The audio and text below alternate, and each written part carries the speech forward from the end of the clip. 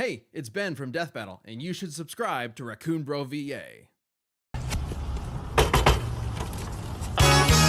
Trash bin talk. Hello everybody, my name is Raccoon Bro VA, and welcome back to another episode of Trash Picks Talk. I'm joined by the usual customers. How are we all doing today, boys? Yeah, I'm doing good. Doing good. I have... to be Charlie. Hey, did that guy just turn into Sam? Well, some of these guys might after the massive battles they have, because we got some... We got some bangers here, and I'm very excited for this this first one because it's from a show that's been getting a lot of traction lately, and like I just finished the most recent season, and I thought it was great, and so I'm excited to talk about it. And here we go. Oh yeah.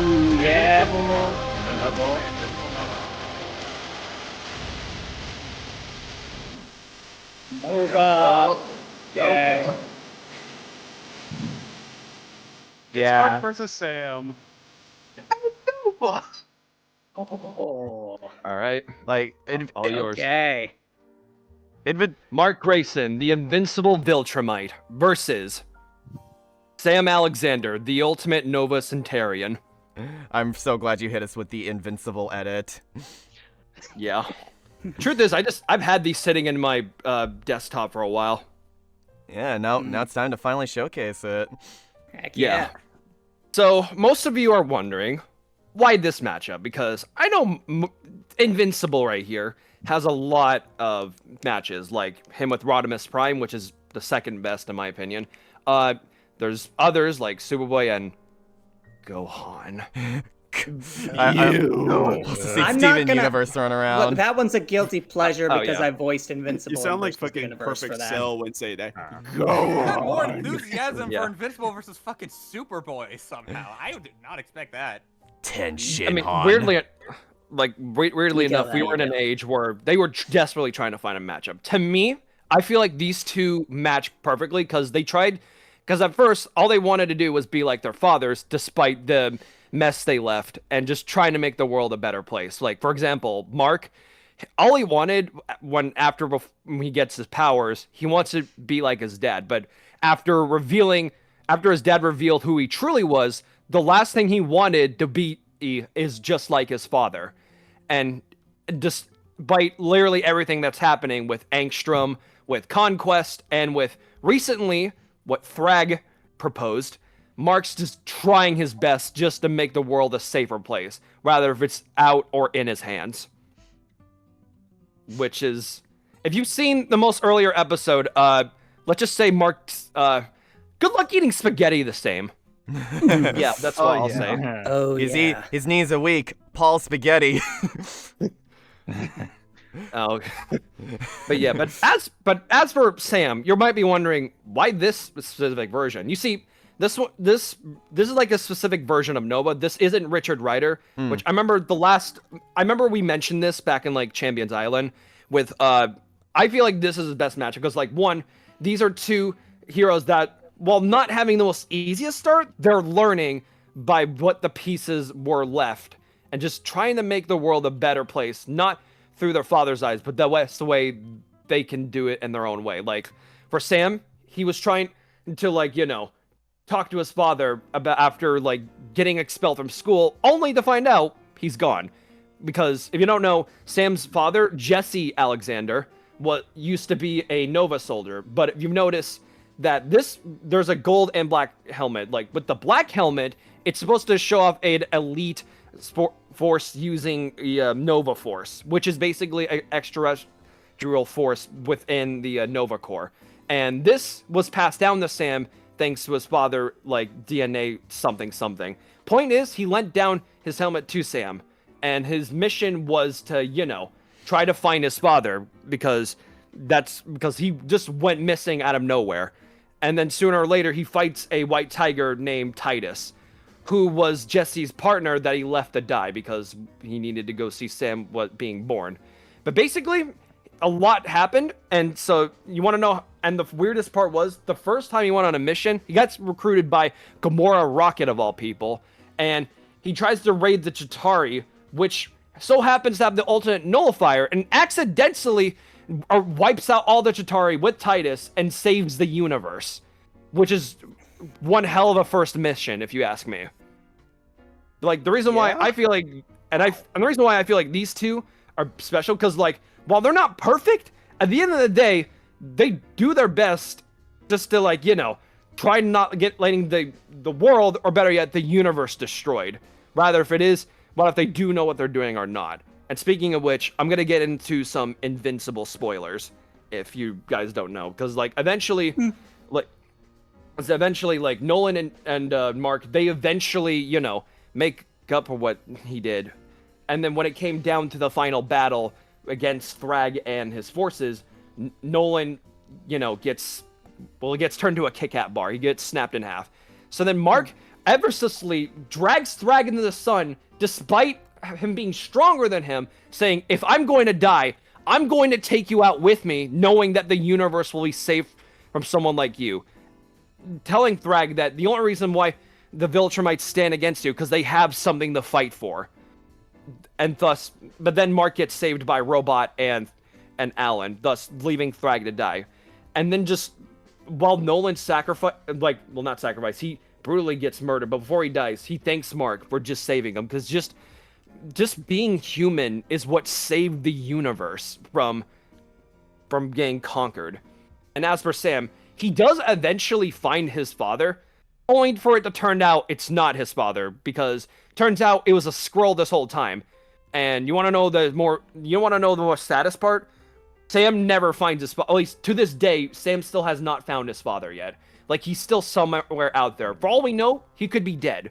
So he's still looking. You said it was a squirrel? A squirrel? A scroll? A Skrull. A scroll. You A know, scroll. The shape-shifting okay. aliens. Yes. Shape-shifting aliens. I forgot. And what's scarier is about that them. he was able just like to. with Nolan revealing what his true intentions as a Viltrumite is.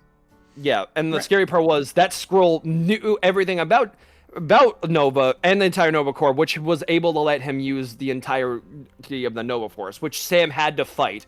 It still wasn't his father, but still, the fact that he looked like him, and just, like, I'm just gonna say this, that would traumatize me. Had his entire worldview rocked.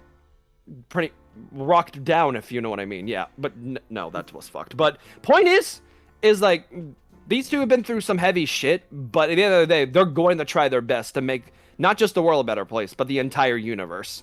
That's why I feel like these two fit. I know there's Rodimus Prime, which I gotta say would be my second pick if this were to happen, but yeah, I just really like where these two are going, and I feel like these two would get along in a crossover, but between a death battle, I find it to be, I'm sure they can make up a way for them to, like, you know, start a fight, probably something about, I don't know, protecting the universe or protecting Earth or something. Eventually Mark does get to a point to where it's like he tries to, like, you know, talk people down instead of, like, you know, goes literally fist to fist immediately. But I don't know. Maybe I'll just leave that to death battle, because they usually know how to do that better than, well, I could ever could. What if there was like a scroll in the middle of that looked like Invincible, but it's just like they made it like they do like a fucking like a switch around, and they still think that Mark is still the scroll or something. I mean, there's always the variants they could pull on. Right, that's true. Yeah, the evil Invincibles. Okay, here's the thing. You could unironically just do something similar to the beginning of SpongeBob versus Aquaman, of having Invincible, like, being thrown through a portal, because that's pretty normal for him. And maybe you could have him being thrown through a portal, and, like, it's him and an evil Invincible, and, like, he's just about to, like that evil, and maybe he's, like, right about to kill him. Or like they cause a bunch of destruction, like, due to their battle accidentally, and Nova, like, kills the evil one, and Nova's like, looks like there's just one more, and Invincible's like, oh boy, I'm not gonna be able to talk you down from this, am I? And then they get started. I mean, if Nova kills the evil one right away, that kinda answers the question. So, like, during this fight with Angstrom, or when he's going through the multiverse with Mohawk Mark or something?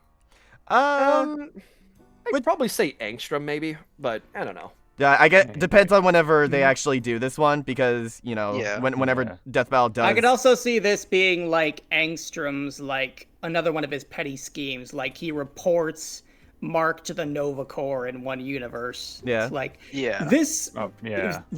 fake superhero is destroying the Earth, and I have various multiverse evidence that he will do so again. Da da da da.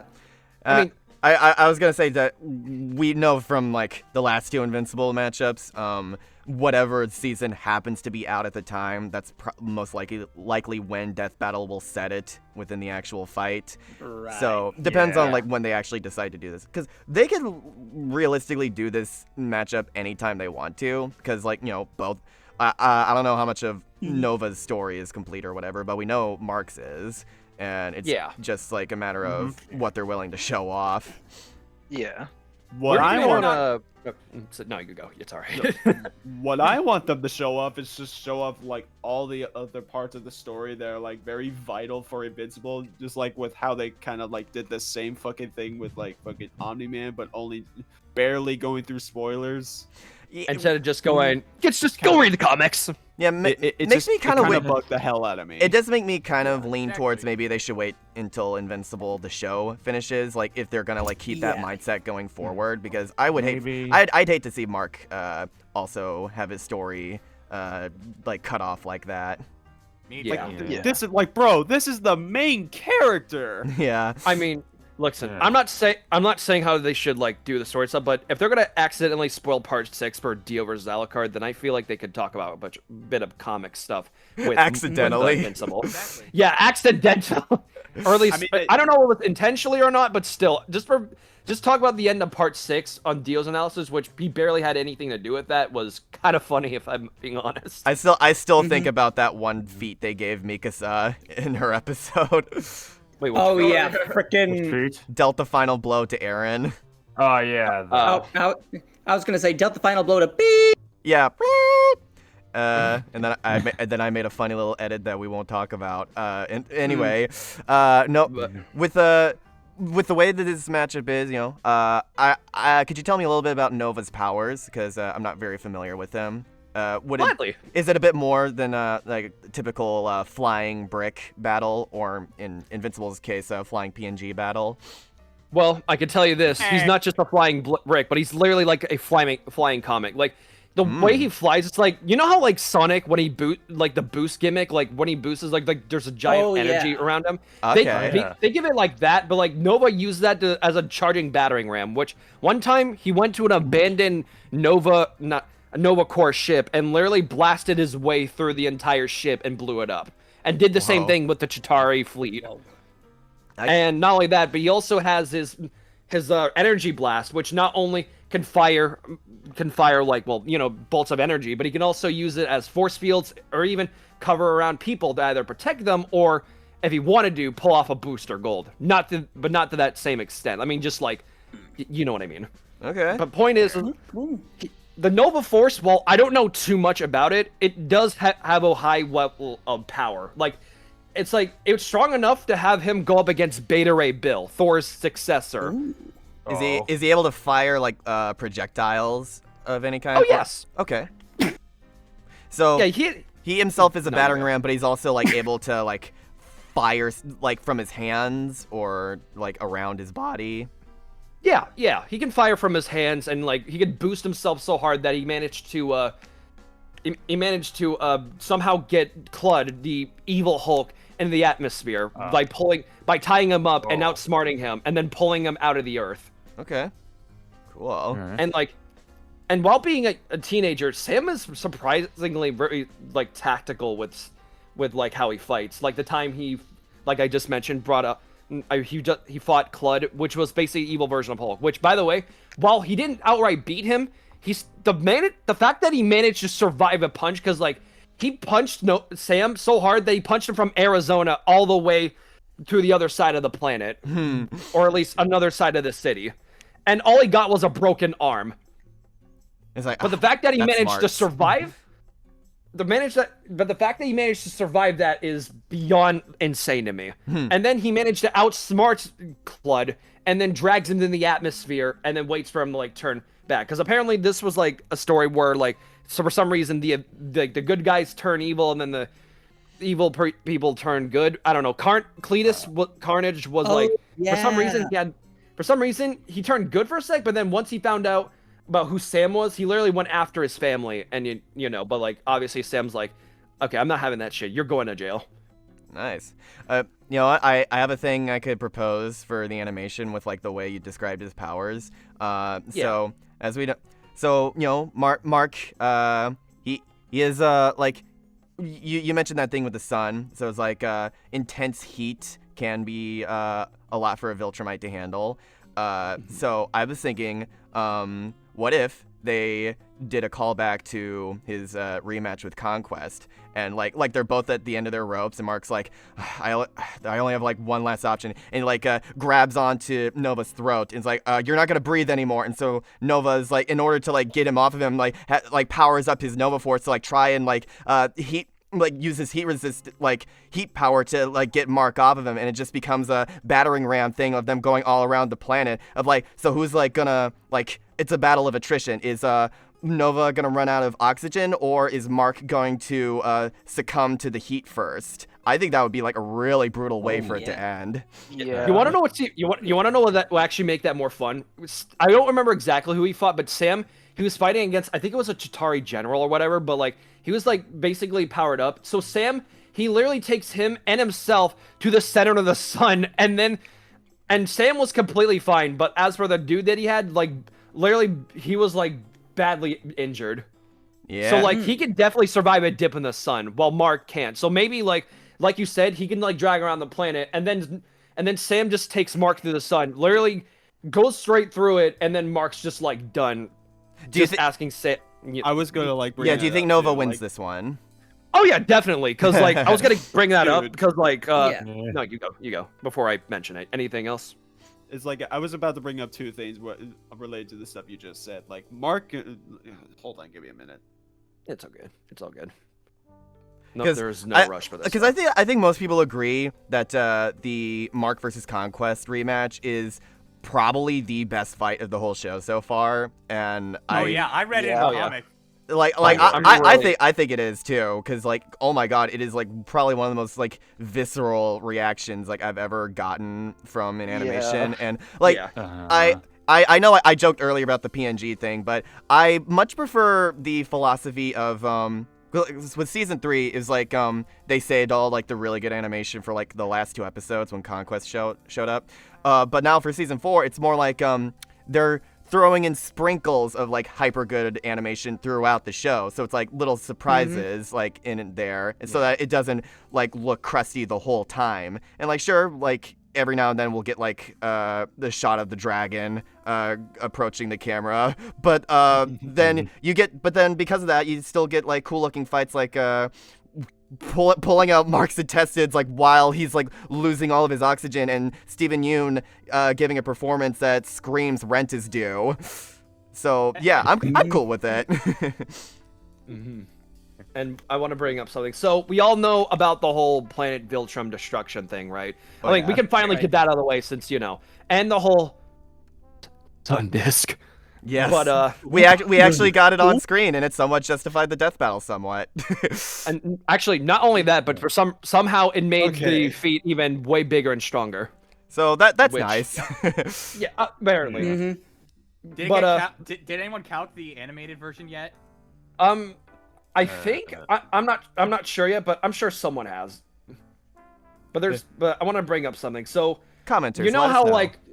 So basically, remember the whole planet Viltrum destruction thing? From what I can remember, at least from my knowledge, it was like, it said it was 14 times larger than Earth. Well, I don't have an exact number. I remember someone bringing it up as a large star, which is great and all. But here's something else I wanted to bring up. I'm about to pull up the comic panel, and if I could. But basically, so Richard Rider teams up with Sam to power up this thing called the Cosmic Cube, which is a universal artifact that they both had to combine their powers into. Now, I'm not saying that I could be wrong, because like, but there's more showings of feats. I just feel like this one's way more direct, because keep in mind, like I said earlier, like Richard Rider has shown more direct feats that Sam can scale to, considering the black helmet is supposed to make it show that the black helmet unit is way more stronger than the gold helmet users.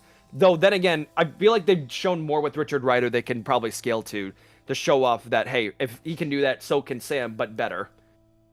That's why I feel like that matchup. But basically, the Cosmic Cube thing, it's like a universal artifact that both him and Sam had to power up with their powers combined. Basically, not the power of friendship, but bromance? Maybe. Mm-hmm. But yeah, here's the comic panel. Hopefully it will load this time. Okay, there it is. All right. I'll be sure to throw this up. Yeah, this is them Okay. charging up the Yeah. Cosmic Cube, like I brought up the third time over. And while I'm not saying this is Sam's direct feats and all that, but the fact that he managed to, like, you know, charge that up, at least probably about half of it, shows how he can literally, he's operating on a different level of power. And plus, not only that, but even if he was weaker, he could still fight on a safer distance. Well, Viltrumites, like Mark, rely morally on hand-to-hand combat.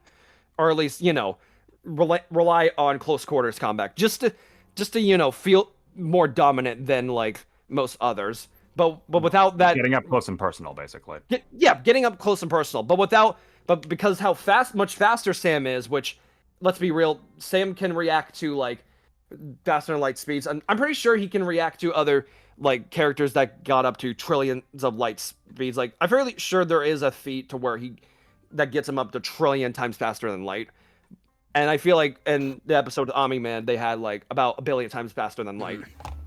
And I'm sure Sam can get faster, but, like, with all Sam's other odds, I feel like it would just be too much for Mark, making it to where Mark thought he was. Incredibly, I'll match for this one. Yeah. Like the fight has to like end up like with them fighting in the sun, right? Oh, for Yeah, sure. Yeah. Oh yeah.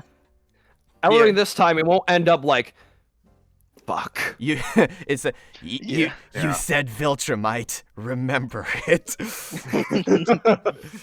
Also, I still don't understand that line. Sorry, you go. It just feels nice to see a Mark matchup that isn't just about that, just actually feels fun. And not all Mark ideas have to be like fair, because most of them involve him getting his teeth kicked in. Yeah. I mean, it literally every episode just him trying to survive, just literally fighting for his life. Either it be from like Angstrom, Conquest, fucking Thrag, which, by the way, literally and I wanted to talk about this. In the comics, at least Mark was able to make Thrag bleed. In the show, was not even phased once.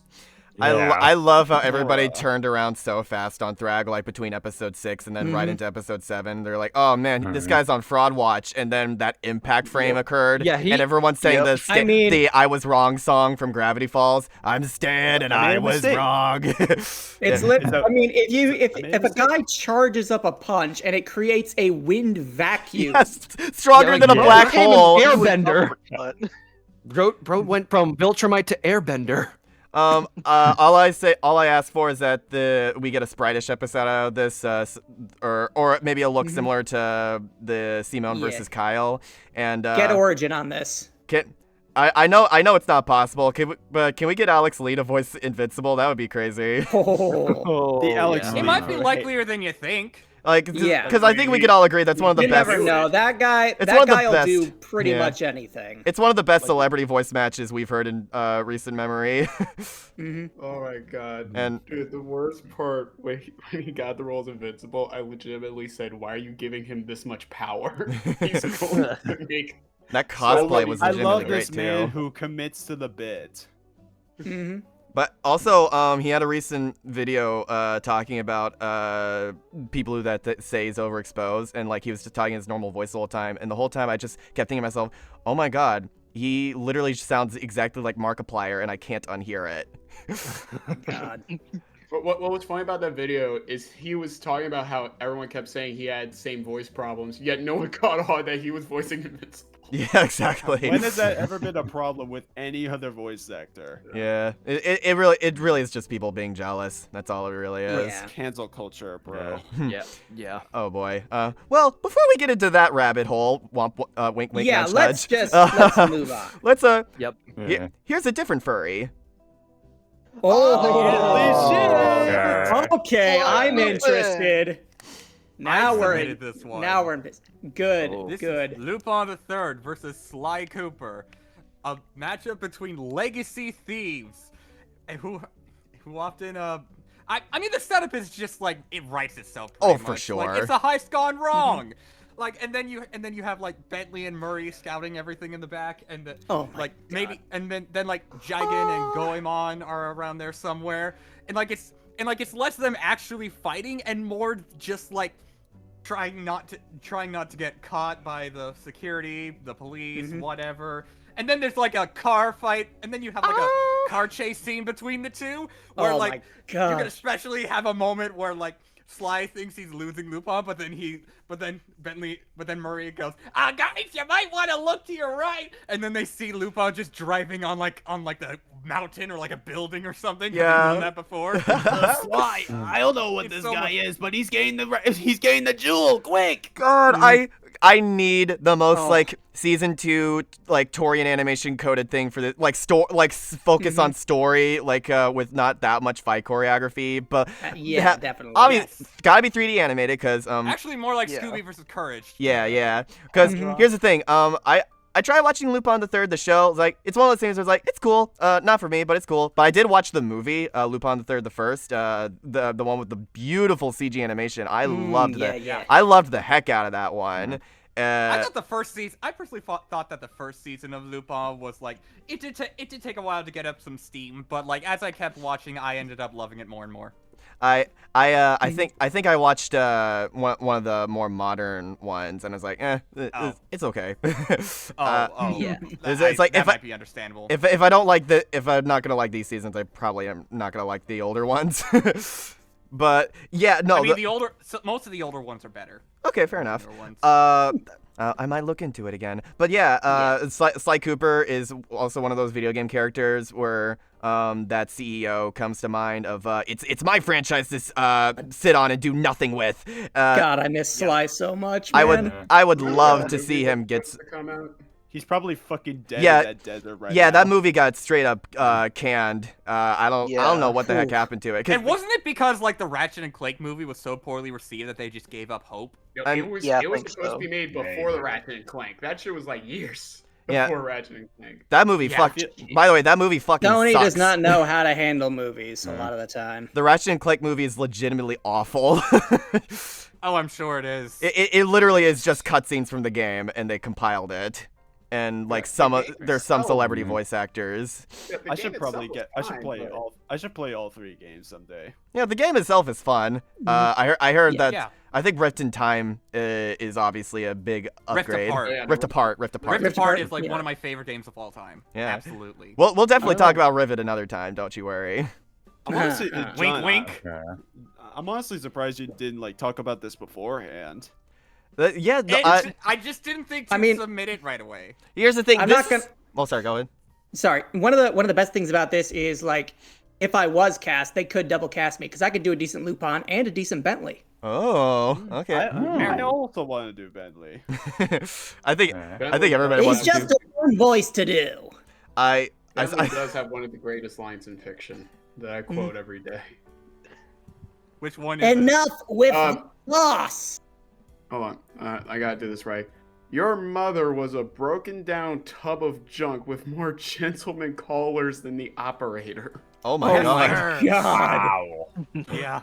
I just think forgot about that when they did the real time fan dub and Penny was playing Bentley. Yeah. And it's like, Sly, I forgot how many lines that this character has. I'm running out of things to say. Yeah. I'm running out of things to say. It's gonna be. So the vehicle like portion definitely it feels like a must. I'm already like envisioning like tons of like fun Jackie Chan style choreography of them fighting over whatever MacGuffin that they're trying to steal. Or that one scene from Gumball where they're fighting over the remote. I could see a lot of fun just visual gags coming from that, and eventually maybe some guards like show up and then they start running away, and we see like there are different ways of doing parkour to get out of there. I'm picturing the scene yeah. where Cloud wasn't trying to break any of the jars. Yeah. I'm thinking about like a Absolutely. sequence Like for from Link this, vs. like Cloud, similar. the rematch. Mm-hmm. I'm thinking of something. I'm thinking of a saying like this similar to like the Superpower Beatdown episode of Laura versus Nathan, where they're just trying to get the one thing. Yeah. And the other thing about this being more like less of a fight is because like it just guarantees that like you have to use more of their wacky arsenals. Because like Lupin has a lot of crazy stuff. Like I really hope they include the fucking like a invisible glass to gaslight Sly into thinking he's floating. That- And then Bentley's all like, "No, that's just a trick. It's glass. You can break it." And then It's just glass. Yeah. And then like he also like dupes them into thinking that he has pyrotechnic powers, but then Sly says, "Oh come on, that's nothing," and then uses one of his gadgets, like, because like there is some stuff that he like, canonically I don't has think like he has like a time freezing power, doesn't he? Yeah. Oh wow. Yes. Yeah, I believe it's like the watch, like a clock radio. I forget what it's called. He like It's been a while taps his since I cane played on the Sly. ground, and then certain enemies freeze in place. I would like to see there being a sequence of like Sly having more tricks than Lupin thinks he does. Mm-hmm. Yeah. Especially like that fucking time thing you mentioned. I mean, if there's an opportunity for it, Sly can canonically sneak on lasers now. Yes, he can. What? Okay, Yeah, that's fair on the enough. third game. Third game. Yeah, that I was think I his remember that. matchmaking trick was that you could sneak on lasers. Mm-hmm. Don't definitely question the think- logistics. I definitely think like a smaller, cooler thing they could do is like, you know how in Silver Surfer versus Martian Manhunter they had the title be also the name of the soundtrack. Have Oh, it if they be got like that a with- like- Sly Cooper and the gang in. Oh, Yeah, something like that. that would be Just great. Who, It's like a Or cool Lup little thing. or like Lupin the Third in a Sly escape. yeah. Ooh, that yeah. would be a good way to have the name of the track be also just be called a Sly Escape. This Like, Yeah. This feels like a very like picked by the champions coded episode idea that like they would put Definitely. like a ton of effort into making it look as stylized as possible, like tailor made for these two franchises. Now that I think about it, was this in either of the champions things? no, it was No, it's not. not. Why not? This I is know. so But it cool. did have a gas. I was. There. It's probably did like have one a of cast. the biggest legacy ideas that they haven't done yet, and Yeah. I would be cool. I would be super down for it. Like I'm not like big on these franchises, but like I really love what they stand for. I think Gentleman Thief characters are a lot of fun. Jonathan, what eras of Lupin the Third, the anime, do you recommend? Like part 2, part 3, that kind of thing. Part 2, and like the latter, and like the Miyazaki directed episodes in part 1. Cool. Like that'd be a good starting point. All right. And also watch Castle of Cagliostro. That was my introduction to Lupin, and it's a great movie. Wasn't that directed by Miyazaki? Yeah, it was. Awesome. Yeah. In fact, I think that Lupin in general was like where Miyazaki got his directorial debut. That's a good start. Ooh, That's a really cut good his start. teeth on it. That is a big deal. All right. Yeah, how do you imagine the climax to this playing out? Is there kind of a agreed upon winner for this? It's Lupin. Like it's just absolutely Lupin. I was thinking- Like you can argue that Sly wins with equal stats, but like I can't imagine a reason why Death Battle would equalize their stats. And in that mind, Lupin just stat stomps AP therefore. I wouldn't be surprised if this is a case of like overwhelming content disparity, giving Lupin the edge a little bit in terms True. of like having more things to pull from. But that doesn't always lead to a victory. Like we've seen that with Jonathan versus Tanjiro, of course. But Right. But I think in this case, the content disparity is like so vast that it's really hard to ignore. Yeah. But That is very true. but It's very Kratos versus Asura too. a little bit. But with And like how? Oh, sorry. Go first. And like, as much as I would love to have them include Bentley, Murray, Goemon, and Jigen in the fight somewhere, at the same time, like for budget reasons, they might just limit it to Lupin and Sly, and it could still work just fine. But come on, you gotta get the whole gang. You gotta get the whole gang. involved with They're this in the somehow. background just as like cheerleaders, like fucking JoJo commentators. Well, Even if you have to have them like do nothing except drive the car, just do that. Like, Yeah. be a car chase. I could also Quick question: Is it not pronounced Jigen? Is it Jigen. Jigen or I think Jigen? the Japanese dub pronounce it Jigen. Ah, okay. Here's And now I know. Here's my thing. I feel like you could do a Snake versus Sam thing with their partners, like just like having them like be over intercom most of the time. So like even if we don't see them, like they could the Otacon Grimm type thing. I don't see a reason why they couldn't like get voice actors to do a few lines for them. I don't think you'd be able to get away with Bowser versus Eggman thing of just using archived lines. Yeah. Like they could literally just like ask some people on the Death Battle team to try the best impressions they can to like save money. Oh, Bentley is such a that is such a character that Liam or Billy would do. An iconic voice. And for the record, like while I'm not exactly sure how the climax would play out, I do have an idea that for the ending that I think everyone will love.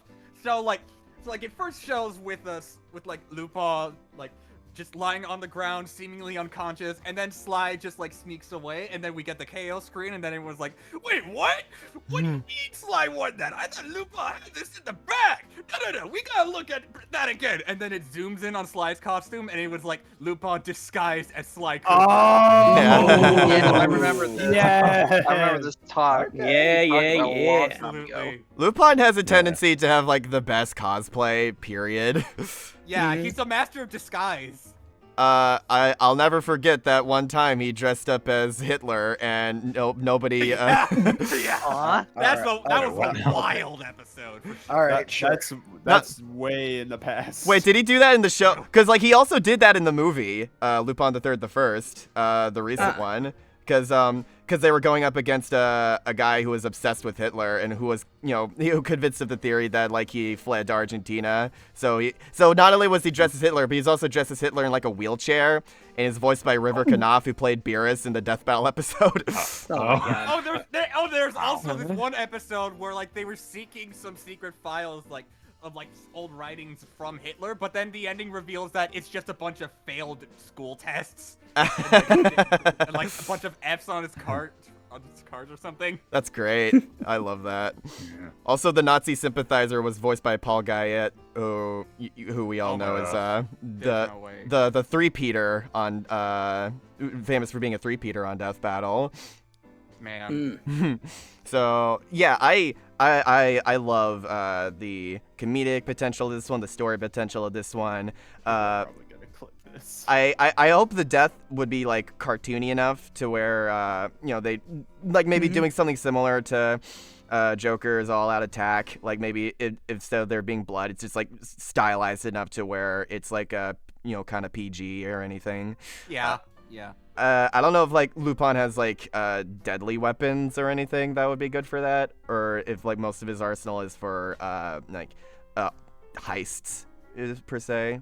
And since you said that it could work well in 3D, like I think that Louise's direction would be very, very fitting for this matchup. Bro, can you imagine the lighting for that? Oh God. Oh yes. At the time of this video, Groove vs. Megamind has not released yet, but like I'm already convinced that just going off of that episode alone, since Louise is directing it, he could definitely make this one work. I'm very excited for like even the joke sneak peeks they've shared. It got me pretty hyped for it. Yeah. Oh, Drew with a gun. Yes. The gun. All right. Anything else you wanted to say about this one? I don't think so. All right. Yeah. Just Death Battle. I know this isn't the most like quote unquote relevant one, but I think they are super into the idea. The PlayStation All-Stars will definitely appreciate this one. Absolutely. Yep. Yeah. Alrighty. Now then, it's time for one that's a little different tonally, just a little bit. Ooh, mine. Ooh. All right. Here we go. Just a little bit. Oh, Ridley. Ridley. Yeah. What? What now? No, frick. This is the Ridley versus Paul. This should be interesting. Sorry for my reaction. Yeah, you gave us a straight up top. What? Yeah. No, I'm already vibing with this. You've already got me interested. Very interested. The dark saber. different death battles. Okay. So So you did quite a this bit of one, work. I had to bust out a trailer from my old Different Death Battles series. Like, I need to remake this for the FDS Death Matchmaker style thing. This is kind of what my trailer series was, where I would just kind of pick out, like, matchups that I like, that I feel deserve more attention, or just matchups for characters that I think need matchups. So that's just what that one's from. I think that was genuinely one of my favorites. And the idea from this came, Carrick, I think you might remember this. It was when I was writing for Ask the Smashcast. Ah, yes. God, that is fucking ancient history. Like, fun fact, that is the show that Flip and I met over. Yeah. It was cool. it is long dead. Very much so. I think they tried doing a reboot thing, but like they didn't ask me to come back for it, so whatever. Yeah. Basically, we were writing an episode with like the 4 villains, and like they were discussing how to write Ridley. I forget who it was, but one of the writers was so passionate about how they wanted Ridley to be like written properly, because he is such like a cool and awesome character. And just like, I had no idea about any of Metroid's characters at the time, but like he just kind of described him about how he was not only just like a mindless alien dragon, he was also incredibly cunning. He was ruthless in his brutality. He knew exactly what to do to cause the most pain. And I think he actually gets fuel from like eating living creatures. Yes. Wowzers. So yeah, and then I don't know if it was there, but I feel like they made like he's like Darth Maul in that sense. Like, I don't really remember why, but like that kind of got the connections flowing in my mind, because I always thought Maul was cool. He's like so fucking cool. Genuinely one of the coolest Star Wars characters, and they know it. Like, The best theme song too. Oh yeah, I have fond memories of like seeing the Lego. Oh, this. I have fond memories of this. Yeah, I know. Awesome. But yeah, Maul is just an incredible character. And then the idea came into my head where I wanted 2 characters who were literally too hopped up on hatred and anger to stay dead, fighting each other. Always coming back, always ready to tear the other person limb from limb, and not wanting to stay dead. But like, I think I even entered this again, Carrick. I entered this in the crossover Coliseum like matchup tourney back when that was a thing. Oh yeah, like I entered Sarge versus Soldier for that. Yeah, and that got pretty if far. I remember correctly, it made it pretty far. Yeah, But, yeah, like, no, I remember it getting pretty far as well. Yeah, that really kind of bolstered this for me. So, by the way, I checked in the last Ask the Smashcast thing was all the way back in 2022. So yeah, it's dead. yeah, very much so. Dead AF. Unfortunately. But yeah, this one, the first aspect that I love about this is like, we don't have many of these. It's a size difference matchup, like a notable size difference. Like, I know a lot of them have, like, people who transform, but they normally stay on kind of, like, the same page. I'm talking, like, Hulk versus Godzilla. I want that kind of size difference while being in a similar power category. Yes. I like seeing more of those. I think, like, having a dark space knight versus an intelligence alien dragon would be a great way to capitalize on how cool that is. Sorry, I'm losing my voice. I'm hyped up. Give me a sec. So with Ridley, we know that he's a lot more cunning than you might see him on the surface, because he's a giant ass dragon. Do you imagine him having a voice performance in this battle? Oh, definitely. Like, I want these two to have like cold, calculating, ruthless banter. Like, 2 people who think they're predators talking to prey, except they think the other person is the prey and that they're the predator. Like, they do a lot of voice casting to try and get like the perfect Sam Whitner Maul. That would be tough. But like, I'm talking about Dan Whitner. Ridley hasn't talked in any official media outside the manga. What the fuck was this would be like a headcanon thing. But like, can we get this is gonna be a little can we get Ray, the guy who voiced Spawn, to play Ridley? Ray Hurd, yeah. I think would be cool. I think he'd be cool with like a Keith David type of voice. Oh, absolutely. I can see it. I can see it. And like another thing that I want to like emphasize is how I'm picturing the fight going down. Because like I'm picturing this in like a cramped, like abandoned space station. I'm thinking like Ridley Scott style. Like I want this to be uncomfortable. I want it to be close combat with like both trying to hunt the other down and trying to strategize and then getting their little hits in. And then like eventually they enter a wide open area. The banter stops, the space station is falling apart, but they don't care because the other person needs to die, and their dialogue just goes into rage-filled screams and growls. I want to see some insane eviscerating happening. I want to see Darth Maul get split in half. I want to see him tear Ridley's wings off. I want to see like things to go absolutely guttural like towards the end. And like whoever wins is not gonna leave this thing as they entered it. Yeah. No. While I haven't seen Clone Wars, I remember there was a specific scene where he fought against the Mandalorians and managed to take claim of the dark saber. Yeah, and he managed to take over the dark saber. And I'm wondering, like, do you think if they wanted to, could they like give the dark saber to Darth Maul? Because it will show like how much he's grown. Like it does not matter. Like honestly, he will do what it takes. If they could, that would be great. Yeah. Like, my only maybe question is like who do you think Goku wins? With a dual lightsaber fights Ridley. Ridley breaks it. It's near the end of the fight, and Darth Maul just fucking Yes. whips out the rage dark and saber. anger. But Did the dark Is the dark saber like a Tucker sword that only one person can wield it? I'm not sure. Let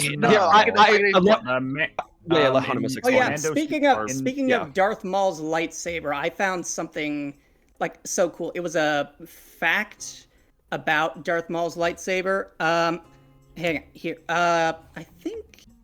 Yeah, here it is. Let's see. Let's look. Sam Witwer's screaming was built into the sound of Maul's ignited lightsaber blade. Yes. Oh my god. Unrelated. If he wasn't cool enough already. Yeah, watch Maul Shadow Lord. It looks so fucking good. I plan to. Okay. Yeah, that's fire. So wait, was it Huntimus? You know about the dark saber deal? Yes. Or, yeah, I can explain. Mm-hmm. So basically, if you wield the dark saber, you have control over Mandalore. It's pretty much a rights thing. Okay. Anyone could technically wield it, but you have to earn it in combat to rightfully wield it. Because I remember it being like a really big deal when it showed up in Mandalorian. Like I was watching it with my roommate, and I was like, "What? I don't get it." And he's like, "Dude, okay, like I have to tell you about the dark saber lore. Like it is what because like he's a big Clone Wars fan, and like okay. How did Gus Fring get it? Well, I'm not exactly sure how. Sorry, I completely forgot his name. Moff Gideon got it, but yeah, basically, is it okay if I spoil what happens in Mandalorian or? Sure. Yeah. Okay. Basically, yeah. Mando fights Moff Gideon at the end of season 2. He gets it. Moff Gideon tells him there must be one in combat, and Bo-Katan wants it.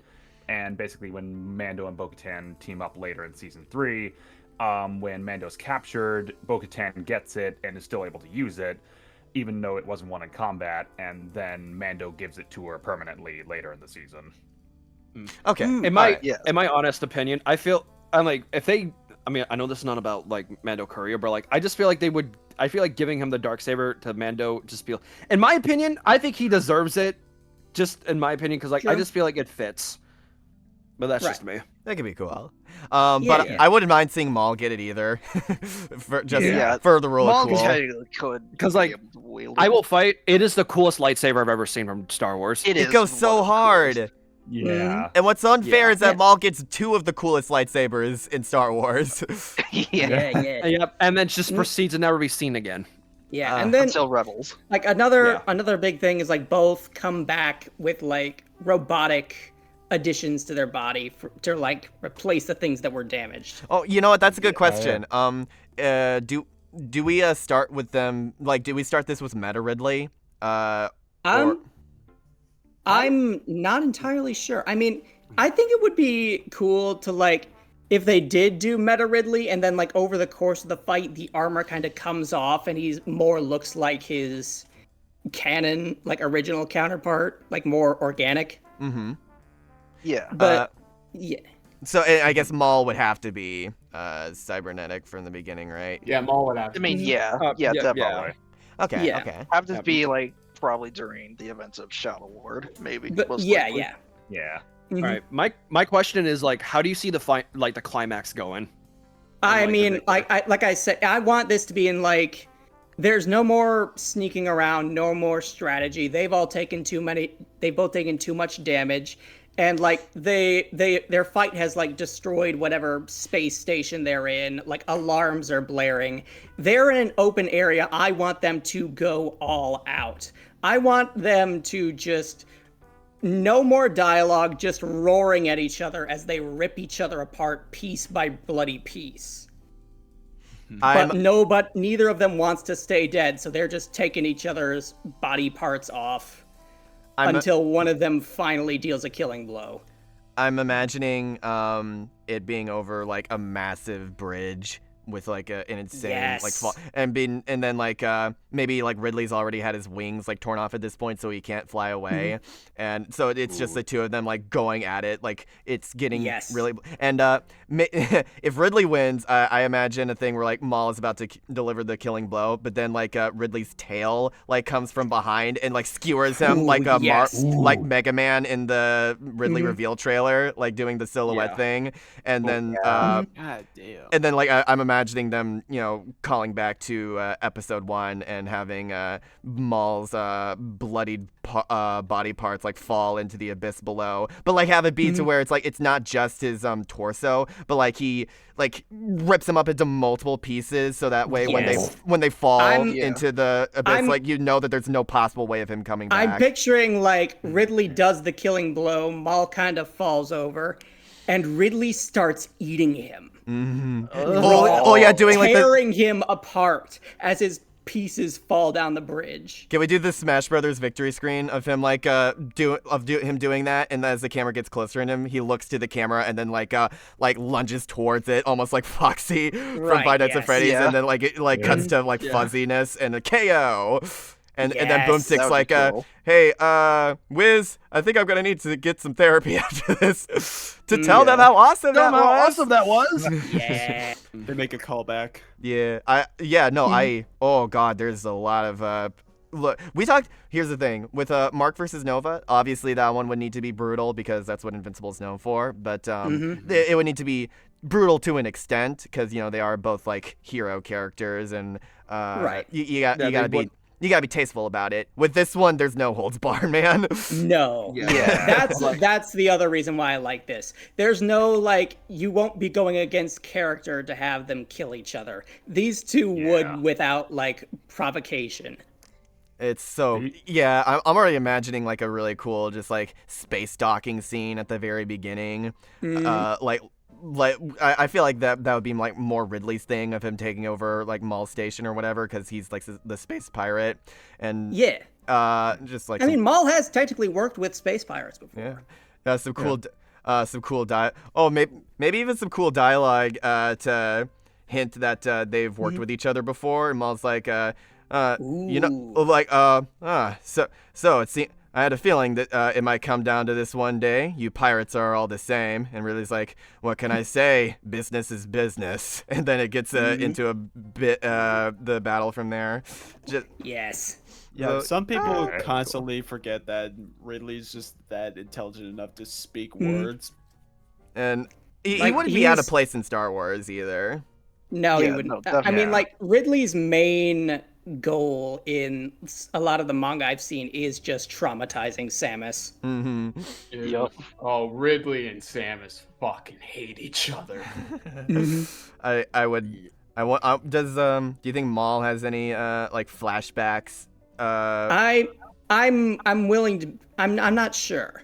I mean, he also really despises Obi-Wan. Obi-Wan, of course Palpatine. He's Palpatine's like one of the big ones as of now. Qui-Gon Jinn. Maybe Ridley gets the high ground, and Maul gets like flashbacks to Obi-Wan. It's like no, and that's what makes him be like, you're not gonna be above me anymore. And rips his wings off. Yes. Yeah, I really think that would be more There's so something many that cool pisses them directions off you could take more. this. My idea obviously would need a lot of nuance to not be cheesy. Yeah. Yeah. Oh, obviously. Yeah, I like this. Yeah, this one's really great. Yeah, I've definitely thought about this. I've thought about a few of the matchups for both of these two, but I've never thought about these two being against each other. And I must Yeah. admit, now that I think about it, I'm definitely starting to be sold on these two just being out for blood against each other. Yes, yes. I remember, like back in my really early Death Battle fan days, I used to be like big on Ridley versus K. Rool. Before eventually realizing that the tonal clash would be a bit too much even for Death Battle. And like, there's also Ridley versus Vilgax, which is a very fun one. But this is a cool alternative to that if you want to get something. Yeah, definitely. Because like, you know, since it's Ben 10, like they're I guess you could have the Shredder excuse where it's like sure, they're from kids shows, but like you could still like get away with, like, since they're no longer bound by censors, like they can get to be as brutal as you know that they would be on like off time. But like, I don't know, something about this, man. This just has like this just has fucking aura, man. Maul It's the definitely has the it's the ultimate like oh hell yeah matchup. So yes. yeah. I would definitely appreciate the surprise factor there, because it's cool when Death Battle does the not as talked about matchups and gets people being like, giving them light bulb moments of like, oh wait, yeah, that actually does make sense. So Yeah. alrighty, good, excellent work there, Flip. Yeah, and as you could tell by my reaction, I'm personally not the biggest fan of this matchup. Like, I just really don't like the fight dynamic personally, and the connections just aren't enough. But I do understand. I am like understanding more of the appeal at least. Though like my favorite for Ridley is like Vile from Mega Man X. I've been warming up to Vilgax lately, even if it's still not like my favorite thing in the world. Hey, at least it's not Darth Maul versus Spider-Man. Yeah, what the fuck is that? Look, Fat and the Sun had a great time with it, but as an actual matchup, no thanks. No. And I'd probably still take it over Ridley versus Rayquaza. Or Darth Maul versus Carnage. Yep. Yeah, Darth Maul versus Carnage. Oh my god. I know we said we wouldn't shit on other matchups on this show, but I think those deserve particular shout-outs, man. Yeah. I don't think anybody's unironically asking for Darth Maul versus Carnage in 2026. No. I really hope If not. they are, sorry, not sorry. Oh well. Yeah. I can't wait for Mahito versus Carnage to happen next year, and it's it's just as good as Shigaraki versus Mahito. Alrighty. I forget what the next one is. Oh yeah. Wait, what? I'm sorry. Actually serious. Actually, Hey Jonathan, maybe you should have held back on the judgment, all right? What the heck happened here? Oh yeah, my doing. This is You? Wait, what? yeah, this is mine. Oh My God. Metro Man versus Mr. Frog. I legitimately thought should this. have held back on the judgment. I legitimately thought this was a meme thumbnail for a second. I actually love. Oh my god. I actually love this idea. You guys have no idea. I'm open to hearing about it.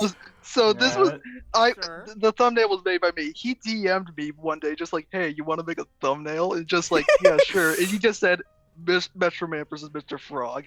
And I literally had to take a second to realize what he just said. And I just responded back, Oh. yes. Okay, It wasn't Yoshi a versus typo. Piccolo has been dethroned as the "Are you kidding me" matchup. Another drink. I need to find like a weird ass matchup that I should submit. I already submitted one that's gonna be raising some eyebrows, but we'll focus on this. Here's the thing. I've realized that a couple things. I've realized that I've been a bit too normie with a lot of my picks for this show, and I'm trying to like step outside the box a little bit. And also, Gru vs. Megamind is coming out. I was trying to think of what another good Megamind like franchise battle would be, and I was like, oh, surely there's got to be something for Metro Man. As we all know, Metro Man's story is a lot like Superman's. He came from a dying planet and was born into a rich family, and well, like he got adopted by a very nice family, and from there, like people have like fed into his ego, and he became the hero of Metro City and locked into a never-ending battle where eventually he had a bit of an existential crisis, realizing that he's been doing the same thing over and over again, and there's been like no challenge to it, and he wanted to find a new calling in life. And then you got Mr. Frog. He was born into a very nice family and eventually wanted to become a popular celebrity, and he's been beloved by so many despite his many faults, and eventually he achieved everything he could have possibly wanted and realized that there was no challenge to anything anymore and had to go into an existential crisis and eventually realize like what his purpose in life was. So I really like the idea of just two all-powerful beings who have been left in a world where they are stuck with, as they put it in Saitama vs. Popeye, they are bodybuilders with 5-pound dumbbells who are trying to figure out their purpose in life and are trying to find any sort of challenge left. And the idea of them clashing and seeing them finally like pushed to some kind of limit really fascinates me, because like Metro Man has like really, he has what we call casual audience in feats, and to where it's like that feat of him speeding around and having a whole going through a whole existential journey while the entire world is like completely paused. Like that is really impressive to like the casual viewer, even though like we've seen like much higher calcs like outside of that, but like still really impressive stuff. And then you got Mr. Frog throwing a tree all the way to the moon and causing an entire crater into it. Hey, can I have those medals? Okay.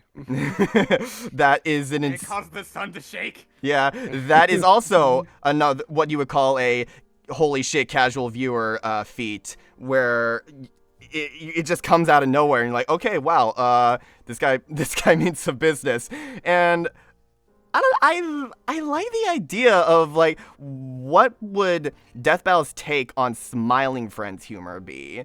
Like adapting a Smiling Friends character in whatever art style they decide to do, because with the way Smiling Friends is, it's a multi-art style thing, and like I could see sprites working, I could see hand drawn working, I could see like an insane 3D Squelton style working as well, and seeing him just be like hi, hello, fuck you, Metro Man, and it's just like Metro Man is like forced to like contend with this weird thing, and that he's like he may be an alien, but like he has never seen anything like Mr. Frog before, and just imagining the banter from there, because like these guys may have similar journeys, but like they could not be more different from each other when it comes to personality, because like Metro Man, like he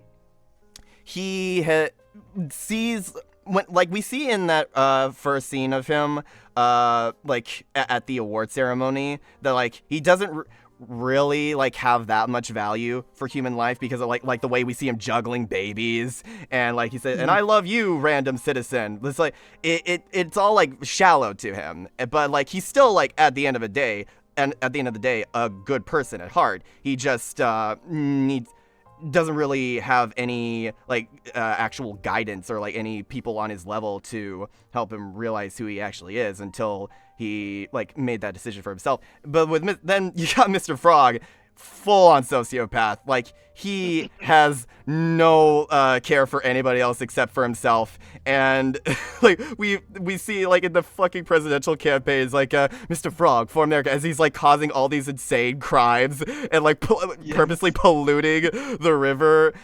So I need the setup for this to be that he's running for mayor of Metro City. And then Metro Man coming in and being like, I don't know about that villain, and the. Hello, but I'm gonna need you to apologize for all the damage you've caused to Metro City. And Mr. Frog's like, yes, hello, but I'm not sorry. And then he immediately goes in. He immediately goes in and, like, sucker punches him away.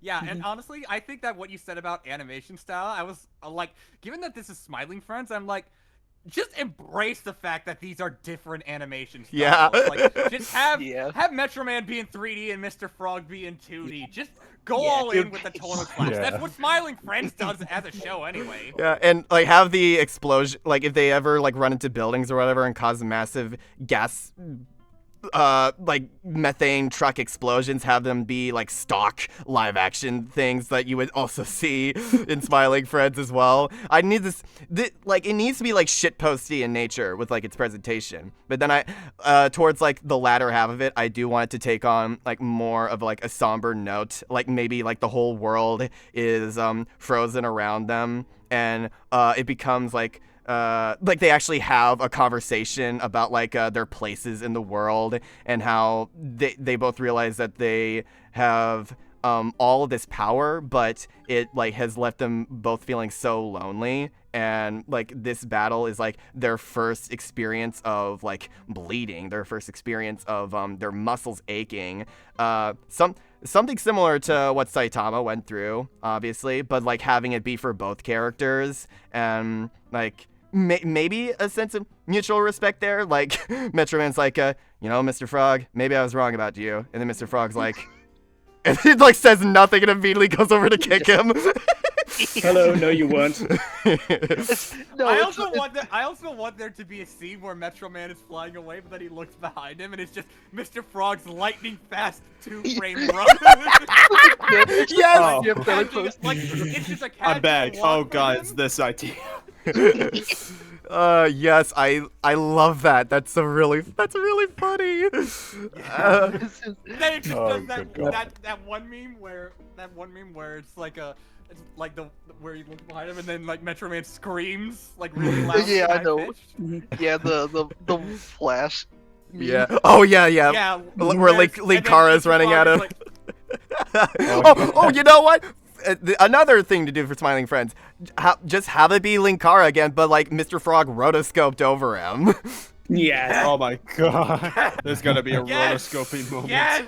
I don't think Smiling Friend. I don't think Death Metal's ever done rotoscope before. This would be a perfect time to do that. What is rotoscope? Okay, have you ever seen Smiling Friends, Theo? Do you mean Danger Man? Sorry, Danger Man. I sometimes get y'all's voices confused. I haven't seen it yet, but I do plan on it since it's ended. Okay, rotoscope. Okay, essentially what it is taking footage from something else, like say just somebody like walking down the street, and animating the like frames over it, and so because of that, it looks like extremely realistic, and it's almost like seeing an actual drawing move like a person. There's this one movie called I think it's like Loving Vincent, and it's about this is a famous one. It's about Vincent van Gogh. And the the entire film was animated like painting by painting, but like it wasn't like voice acting. It was like actual actors like acting on a set. They just painted over the live action actors the whole time. And so Smiling Friends has that as well, but it's purely used for comedy. And I won't spoil them for you since you haven't seen it yet, but like every time Rotoscope shows up, it's the funniest fucking thing in the world. And I would love it. My Brother's Egg is my favorite episode of the show. Or at least it's one reason. Yeah. Okay. Sorry, say the name of that episode. My brother what? The Egg. Yes, that one, yeah. No, yeah. Oh, wait, like yeah. I said Brother's Egg I was saying that Brother's Egg is my favorite episode. Danger Man, have you ever seen any like Tom Hardy videos? No. No, not Tom Hardy. Joel Haver videos. Joel Haver, yeah. Joel Haver. He sounds familiar, but no. Well, he does a similar thing with animations. Just like look him up later. It's really like the Scooby Doo one in particular is a classic. Smash Remix got him to do a trailer for Lanky Kong when he was revealed for that mod. Ah, that's great. I definitely recognize his art style. Yeah. Why is it that this song is all about how great everyone is? And it's just like, oh, Lanky Kong sucks. Oh God. So, obviously I don't have that much substance to this one beyond what I just said, because Mr. Frog has like 3 episodes and Metro Man is from the movie and a couple episodes in the show. But oh my God, like I the moment I thought of it, I just couldn't get it out of my head how funny but also at the same time thematic it is, because like these two have surprisingly similar journeys in their stories, but they're just like the people that go on them could not be more different from each other. But like even then they still like are beloved by everybody no matter what. And that's like part of the charm of their characters, is that like when Mr. Frog like was a victim of cancel culture, his way of bringing back his revitalizing his career was doing the exact same thing he did that got him canceled, and the people loved him for it. Yeah. Hello, Mr. Frog. Hi, Mr. Frog. Can I get your autograph? Mr. Frog, stop. Hello, he was mocking me. And yeah, so I don't have too much else to say about it. This is just really funny. What's so I've funny been is smiling this whole time. Like, Yeah, no. same. Just play the Smiling Friends theme over and track mask my face over it.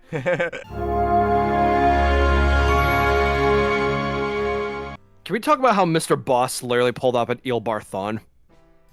Wait, what? An Eilbarthon? Basically, where Alan gets a date and then it reveals to be Mr. Landlord. Oh, the landlord. Yeah. You said Mr. Boss. It was me. Shit. I mean, can we talk about? Yep. Yeah. No, I know. But basically, Mr. Landlord is like, why would you do this? You know why, Alan? So you can hang out with me. And I would have gotten away from it. It was for a damn dirty dog.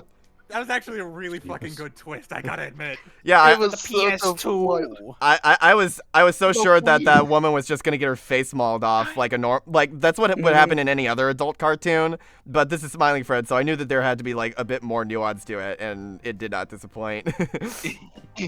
No. Till next time, Alan. Till next time. And that's the final episode of the show. What a perfect way to end it off. Really? Yeah. Honestly, yeah. It's like I like that was the final episode, because it ended with Mr. Boss being like, haha, I'm never gonna stop doing funny gags, like jumping around like Daffy. It gives me like a nice feeling inside knowing that these characters are still gonna like go on their silly adventures. Like even if we're not gonna see them, they're still gonna like live their lives happily and normally like they always have. And there's something. I'm sure they recently said that they're still open to the idea of doing Smiling Friends in the future. Yeah, Zach. Just like when the time is right. Zach said that when the time is right. if that ever does happen, Michael and I, like, you'll hear it first from Michael and myself, essentially. Right.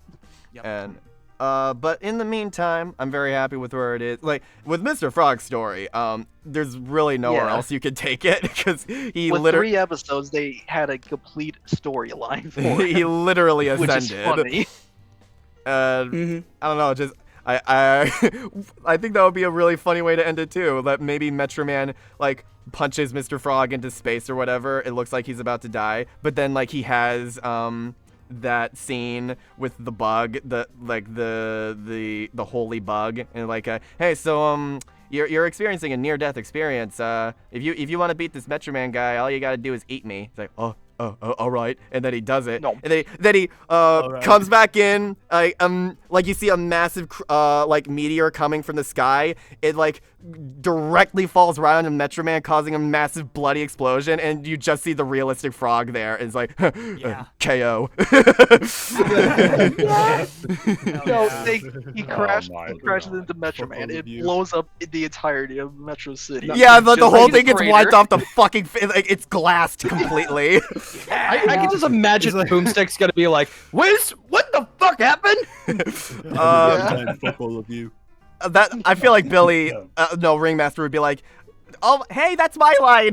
Because I feel like Mr. Frog would be petty enough to steal it from him. Right. I can honestly picture like right after the ending pun, Mr. Frog runs in with a hammer into like He's about to kill them. Hello. The winner is Mr. Frog. Oh my God! Oh wait, no, even better if like Ben's like, oh wait, oh man, do they? I forget. They still do like. Does Ben sometimes show up in like the end, like before the next time during the end credits? I think so. Sometimes. recently. Mainly for Okay, specific if occasions. they do that, can we please have Mr. Frog come in with the hammer in live action and having Ben be like, next time on Death Battle. And that's That'd be funny. it's like a few Absolutely. seconds right before the next time. That would be the perfect way to end this episode, I think. Because honestly, I feel like Mr. Frog might win because Metro Man is like super powerful, but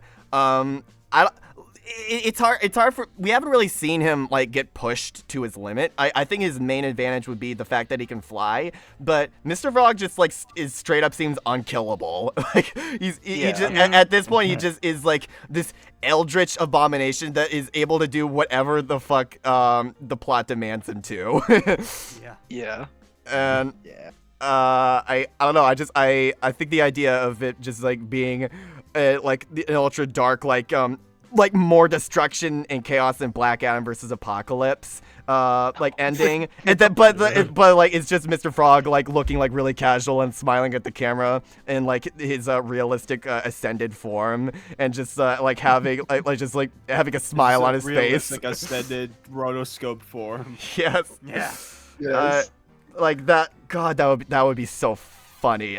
That's the kind of death and destruction that I think is funny because of like the way it's framed and like how casual it is and just like how out of nowhere it is too, and just like immediately ending it there.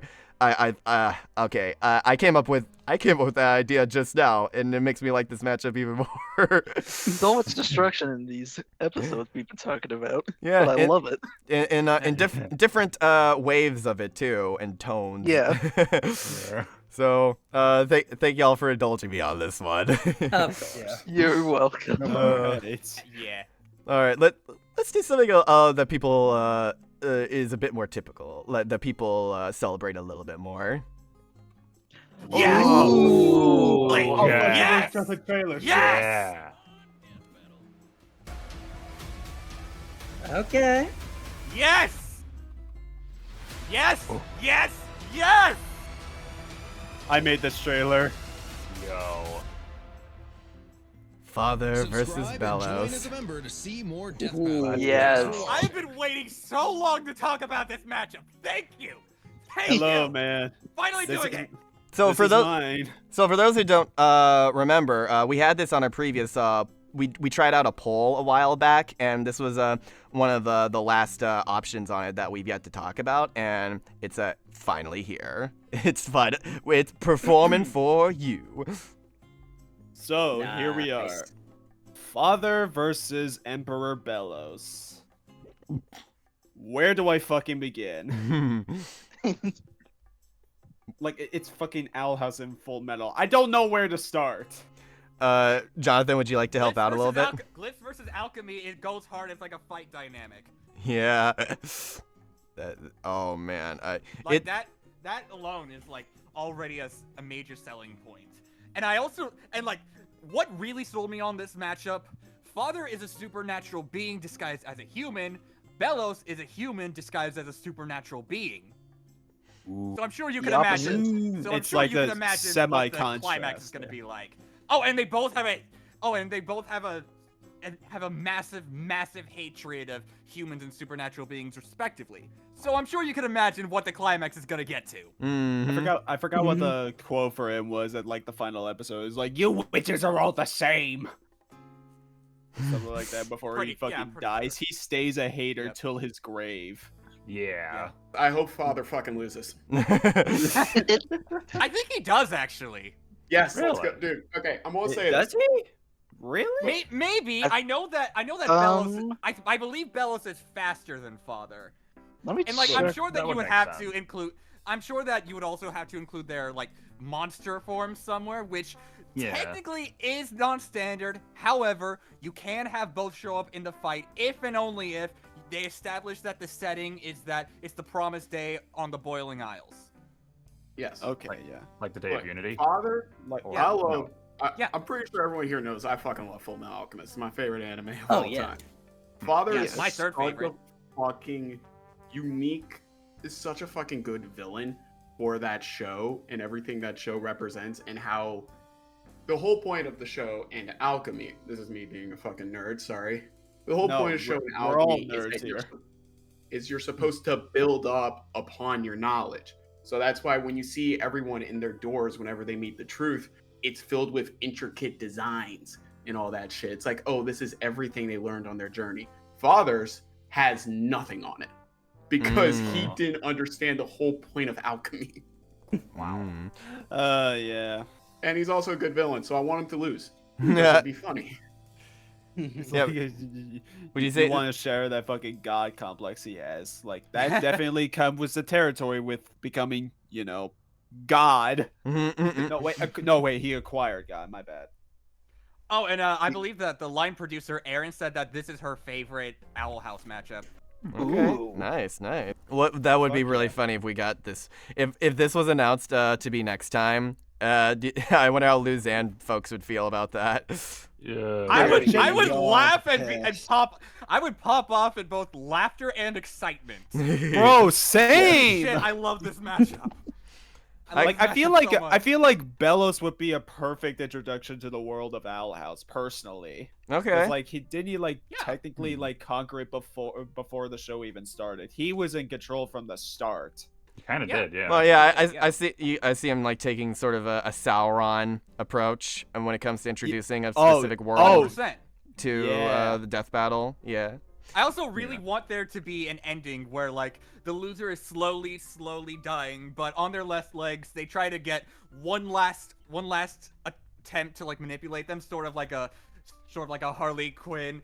Don't you want to savor my emotions or something? Yeah. Not with those exact lines, obviously. But But then, then- the winner is just staring them down, not saying anything, as a reference to how Bellows dies. Mm-hmm.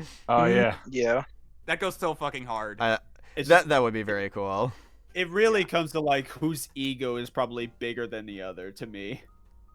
Who has the I who don't has know the shit about literal Father, but bigger I don't know god shit about complex? Bellows, but Father's ego was insane. He thought himself greater than God. It doesn't get much which more was his egotistical than that. That was the whole point. His ego was so big, it was his downfall because he didn't predict Hohenheim creating a fucking transmutation circle with a fucking eclipse. Nah. Yeah. Oh, speaking of Hohenheim, you guys know how like the original Full Metal Alchemist anime was still going on while the manga was not finished yet. Mhm. In the Yeah. manga, Father was like the original like villain, I believe. But in the first I think it was 2003 anime. Yes, Was it 2003. But like it was a different character named Dante. I think Oh. it was something like that. Hmm. Like an actual based off of like fictional Dante or something like that. I don't know. And like doesn't some And of the doesn't that sins there too- are completely different. Some of the sins in that anime are completely Yeah, different that was people too. before Oh, yeah. Bradley was revealed as Yeah, Brad. Sloth was Edward's mom. Wow, what? Yeah, Jeez.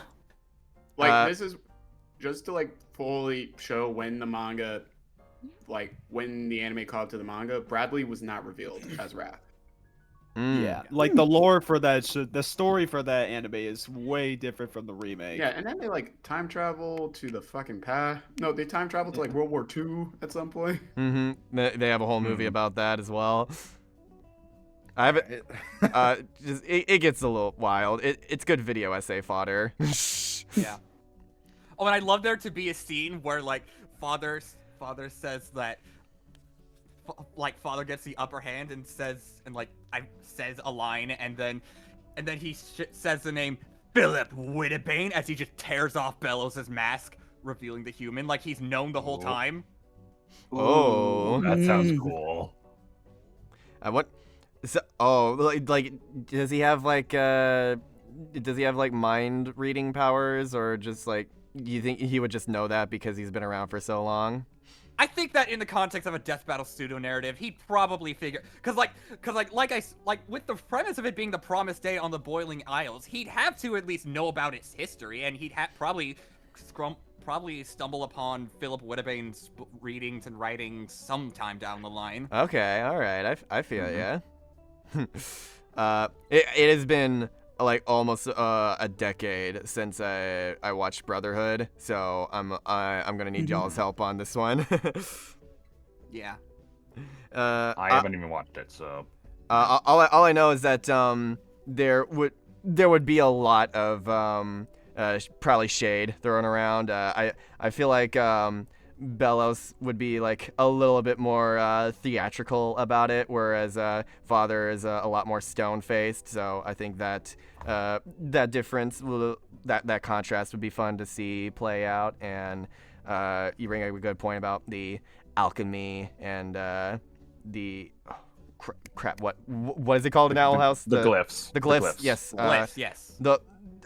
I really want to see how they pull off that kind of combat, because this feels like this feels like a hand-drawn battle with how those powers are. Although I could also see it being sprite-ish as well, if like there are too many, because if there are too many like magic things for them to summon, you know, hand-drawn might make it difficult to do that. So like having them be sprite characters, but like every now for like summoning scenes, it goes into like a hyper detailed sequence. Yeah, that would be very. My only concern is like I don't know if we talked about it yet, but like I wasn't here during this. But have we discussed where the fight would even take place? Because I feel like it's almost kind of like dependent on where they are. Yeah, I did say that. Like it would be the promised day on the Boiling Isles. That's the fight's setting. Yeah, like I feel like there wouldn't probably be a way for Bellows to turn into the giant kaiju form or some shit. Yeah, this is the only. The setting I brought up is the only way you can get that to happen, because Bellows would be able to access the Titan's Heart, I believe it's called, and then obviously Father, given that's the promised day, he would be able to access his monster form.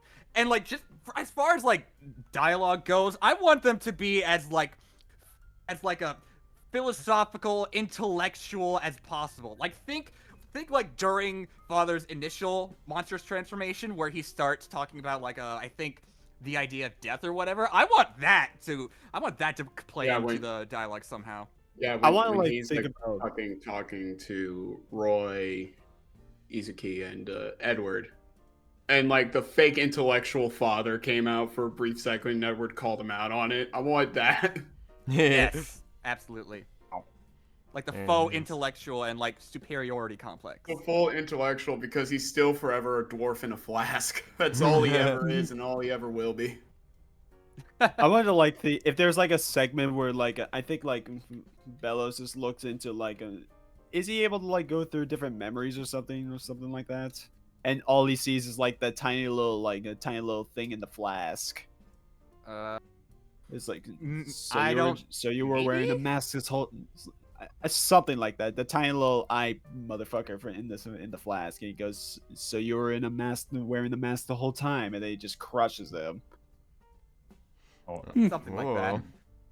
Or maybe it's like, guess I'm not the only one with a mask, but the difference between but yours looks like it's cracked. Or sorry, that was a bad line. No, that you're was a bad I mean, we're coming up with this stuff on the spot. It's okay. Yeah. Okay. Yeah. That's the kind if of we thing had that the kind of opportunity to happens every time workshop, we there's could come up with some awesome stuff. There's a good there's a basis there. Oh yeah, nice. And just can we please get a new Full Metal matchup that isn't just leaving Edward to die on? Bro, real. Those have been most of the Full Metal else? ideas that there is a Roy battle that I would like to talk about in the future, but that's for another time. Okay. I think I know the one. I think I submitted a Full Metal matchup too, didn't I? Yes, you did. Oh, cool. But yeah, Father versus Bellows, really fucking cool idea. This wasn't planned at all, but I wanted to make it work anyway. Yeah. All right. Yeah. Very very good stuff. Anything else y'all want to say for this one? Thank you, Yoshi. Not much, Anytime, but I don't really know much about Full Metal at all. But I really love Bellows as a villain, and I must admit, I think this definitely works the best in terms of his matchups from what I've heard about Father. Mm-hmm. Perfect. All right. Also, please, it'd be so funny if this were like released before Luzanne. Yes. It's like, please let this happen. It'd be so fucking funny. It's just the one Timmy turn. Yeah. Please, God. Luzanne for 2034. Oh my God. All right. Now, speaking of infamous matchups, next time on Death Battle. That's that's speaking trailer. Speaking of infamous matchups, this is how somebody's feeling right now. Somebody here is feeling a little bit evil with the one that they're bringing to the table today. All right. Next time on Death Battle. I got scared. Oh, Nemagician. Oh fuck. Oh. Subscribe and join as a member. Yes. Hi, UX. I'm in a great series to talk about Resident Evil. Hello. This was all my doing. Nemesis versus Magician. The T-type tyrant of Resident Evil versus the Type 0 masterpiece from the House of the Dead. Once again, also shoutouts to DB. Fuck, I'm shaking right now. Sorry. Deathbattle.fama.thm. He was the same person who did the Uzi and Tokamaru thumbnail trailer. So yeah, I feel like this is a matchup that needs no introductions. Really, it has become such an infamous matchup in the Death Battle community thanks to UX, obviously. Mm-hmm. We love you, UX. He's the number one spokesperson for this. I'd be surprised if he wasn't. He's as passionate. He even pitched it during the Kickstarter campaign. He did. He's as passionate about this matchup as that one guy who was carrying the marketing for Transformers 1. Oh yeah. Sure. Oh yeah. So yeah, like obviously, I think we all know who Nemesis is. He's pretty much the most iconic villain of Resident Evil, aside from like Wesker or someone. He was created by the Umbrella Corporation to hunt down stars, and specifically Jill Valentine. And just like, who? I think the big question is, who the hell is the Magician? He is, in a lot of ways, similar to Nemesis. He was created by the DBR Corporation from the House of the Dead. He was obviously kind of like meant to hunt down other, like, this massive corporation of soldiers and stuff. But yeah, like, Magician was kind of released to hunt down AMS, the AMS agents who hunt from the first House of the Dead game, to which they both in House of the Dead 1, he dies, in quotations, which is kind of one of the big connections with these guys. These two cannot die. They are relentless with how they just keep coming back after getting blown up, shot at. Everything in the world is thrown at these two, but they just keep coming back stronger than ever. And they have very like their designs mesh together pretty well, especially looking at them in these thumbnails. So does Magician show up in like one House of the Dead, or like does he show up like across the series? Pretty much all of them. Yeah, he shows up. His big return is in House of the Dead 2, where he I know he's in 1, 2, and 4, I think. Yeah, this would be a question for UX. I should have. I really should have asked him about some of this beforehand, but I'm sure he'll find out in the comments. Please type your entire Nemagician essay in the comments. I'll be sure to put this in the thumbnail so that he knows right away. I bet. Yeah. Definitely. And But- it's something about okay, so how does Magician fight compared to Nemesis? Because everybody knows that when Nemesis, he is just this walking tank, literally, because he has a bazooka on him at all times, and Bazooka, minigun, flamethrower, And the it's list goes on. he has like tendrils as well. Is Magician a similar fighting style, or is it He's a bit more he's a lot tactical? quicker from what I've seen. Yeah, he's a lot faster. He's prominently flies and stuff, but he also has like fireballs. He moves so fast he pretty much creates after images, Whoa. which is Mhm. yeah. So And then the big thing with both of them is that they both have a virus. Nemesis with the T virus, Magician with, I believe it's called the DBR virus. I think I could be wrong on that. So this is kind of like a battle of like raw strength and firepower versus blinding speed and magic. Kind of, yeah. They are, yeah. The fight potential is so fucking cool. Yeah, definitely.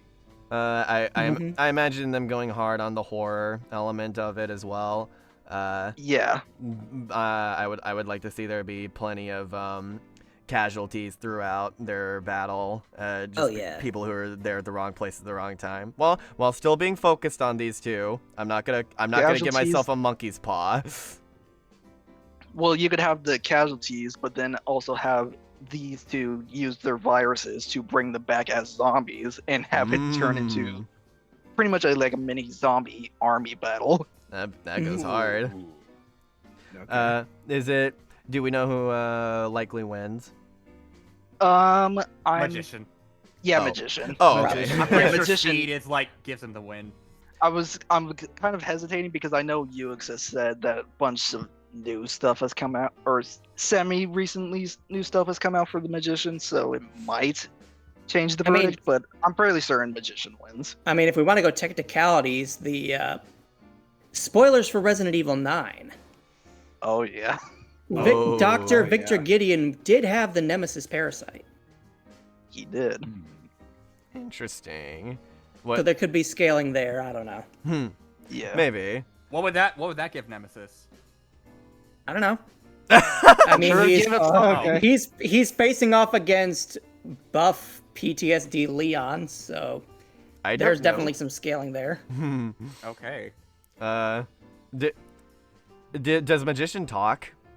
Yes, he does. Yes. He's well known. He is a very good voice. He's actually voiced by the Adam from Ant-Man vs. Adam, Chris. Oh wow. His last name. Chris Okawa? All right. Yeah, Chris Okawa. Chris Wow. Okawa voices the Magician in the remakes. That's wild. And he has, and during the pitch, Uix's pitch to Ben and Chad, they had a little part where he said Chris Okawa would be down to come back as the Magician. Yeah, if they were I ever to remember do it. that. Oh hell yeah, let's go. So they could sick. definitely reach out to him if they ever decide to do it. And I'm assuming Nemesis is just gonna be like rah the whole time. Stars. His main line is stars. Yeah, stars. That is the only thing he says. Yeah. Do you think? Yeah. Do you think maybe Nemesis would mistake him as like a stars experiment or whatever, and that would cause him to fight him? Or Potentially? Or does he like? Is he indiscriminate about who he kills? Oh, he I doesn't think- really care. He targets Stars members, but he doesn't really care about who he kills. Yeah, this could also just definitely be a situation where the Umbrella Corporation sends Nemesis after the Magician, Okay. as like maybe the DBR company is a threat to. Oh, the Umbrella imagine if like it starts out and it's just like Magician says, I thought you were supposed to only target Stars members, and then Nemesis opens his mouth, Magician. There you go. That would be an interesting idea. There you go. it's like Broly stopping and saying Kakarot. It just suddenly says something like Vegeta. Yeah. Yeah. Well, I was like, well, this is going to be fun. Do you think would Magician have like a? Is he the kind of character that has like a fun time with battles? I don't know about fun. He's more just like, from what I've seen, he's more just above everything. I see. Yeah, he is definitely someone who thinks he's above. I feel like everyone else. Magician is a lot trickier than Nemesis, and without a doubt. He kind of is. Yeah, Gotcha. Magician is definitely like one of the upper echelon villains in House of the Dead compared to Nemesis. Okay. Who's just a massive tank, which also is something that would be cool in the fight. It's just the gradual evolution of Nemesis's mutations throughout the fight. So just like having Magician like land hits that destroy Nemesis to a point that he has to evolve and mutate into one of his different forms until eventually ending up in his the giant the giant monster form that you see at the end of Resident Evil 2 or 3. It would be fun to see them experiment with the 3D models for Nemesis, because I can imagine that being a difficult obstacle for a battle like this, with how complicated those types of characters can be to render and rig with all like the different moving parts. Especially they're gonna have him like transform throughout it as well and become like more monstrous for the climax. Wouldn't be surprised if that's one of the reasons they've been hesitant to do this one. I mean, yeah, Perhaps. but at the same time, the push for this has been nuts. I have to commend the willpower, like the never-ending drive for this one. Get you to voice Nemesis. Oh my god. Oh, I'd be, or like That'd be have him really be like funny. a casualty civilian. Just like have him in the background. That's a fun idea. I finally got my matchup made, and they thanked me by killing me. Yep. Yes, sir. This is the thanks I get. I mean, it is kind of an honor in certain circles. Oh, for Yeah, sure. for sure. But also, You I'm know, just like like Devil Artemis being Cell. Yeah. also just like yeah, with the. Sorry, you go ahead. No, mine was a tangent. You go. Oh, I was just gonna say real fast, with the fact that we know there is a pitch matchup happening this year, I'm putting a solid $150 on the Magician happening this year. Shake on it. With how much of a matchup and push this has been, it would make so much sense. I for wouldn't them be to do it. surprised. Yeah. If not this year, definitely next year. When they probably will be doing more pitch matchups. And Resident Evil is has been relevant for super relevant for a long time. So the fact that Death Battle is yet to capitalize on it is wild. Yeah. Yeah. Also, there is I'm pretty sure there's a House of the Dead movie coming out later this year. Oh. Okay. If I'm remembering correctly, it is being produced by the same person who made the Resident Evil movies. Oh, let's go. Hell yes. Which ones? I Hold would on. that's I a would good have question. to look this up. Because there are very different Resident Evil movies. Hang on. I'm looking this up. Some that are super good, some that are super bad. Oh God, Paul W.S. apparently. Anderson. I think maybe it could be someone else. I'm I'm not looking fully it up. sure. Last of Us and Superman star Isabella Merced to lead movie version of Sega's video game classic The House of the Dead. Really? And as we told you a little while back, this one should be in good hands with writer-director Paul W.S. Anderson, who worked on Resident Evil. I don't know if I'd say good hands. I'd Some- He The make the Resident bad Evil ones? movies. The Resident Evil movies. Oh God. I'd say maybe cracked hands. I don't Is know. he the guy who made the bad, who wrote the bad Resident Evil movies? Well, okay. Here's the Is thing. he also the same guy that made the bad Monster Hunter movies? Monster Hunter got a movie? My bad. I think that was By the Uwe same Boll. guy. By the same fucking guy that. No, made the yes, fucking- that is Anderson. He also did the Mortal Kombat movies. Oh. Oh wait, yeah. At least it had the good one. Yeah, he did the first mocap. One good one and the rest. Yeah, I like. He also did Alien versus Predator, and Death Race and Pompeii. But The movie will be interesting if nothing else. he also was a producer for that Dead or Alive movie.